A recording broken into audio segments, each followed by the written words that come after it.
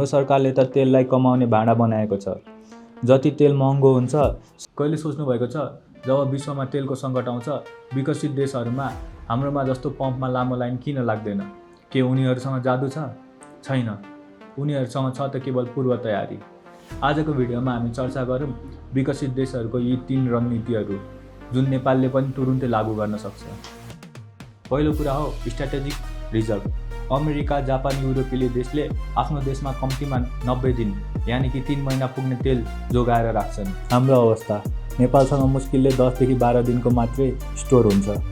समाधान: सरकारले आयल निगमलाई राजनीतिक भर्ती केन्द्र बनाउनुको सट्टा साथै प्रदेशमा कम्तीमा 3 महिना पुग्ने गरी ठुला भण्डार ग्रहणहरू निर्माण गर्न बजेट छुटाउनुपर्छ।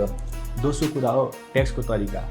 विकसित देशहरूले सङ्कटको बेलामा तेलमा लाग्ने भन्सार र अन्त्य शुल्क घटाउँछ ताकि आफ्नो जनतालाई मर्क नपरोस्।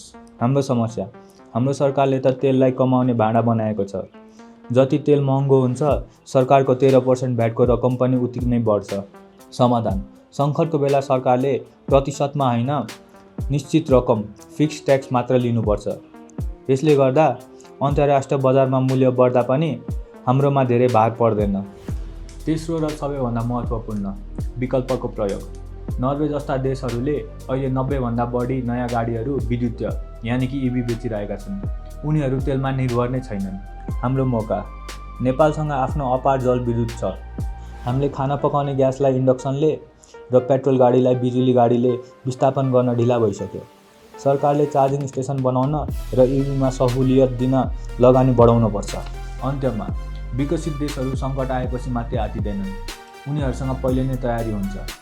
हाम्रो सरकारले पनि बुढी गण्डकी र प्रदूषणका नाममा उठाएको अरबौँ रुपियाँ अन्य प्रशासनिक खर्चमा सिध्याउनुको सट्टो इन्धनको पूर्वाधार र बिजुलीको उपयोगमा खर्च गर्नुपर्छ। हामी नागरिकले पनि अनावश्यक इन्धन खपत घटाएर यो सङ्कटमा साथ दिन पर्छ। तपाईँलाई के लाग्छ? नेपालमा तेलको मूल्य घटाउन सरकारले कुन ट्याक्स पहिले हटाउनुपर्छ? तल कमेन्ट गर्नुहोस्।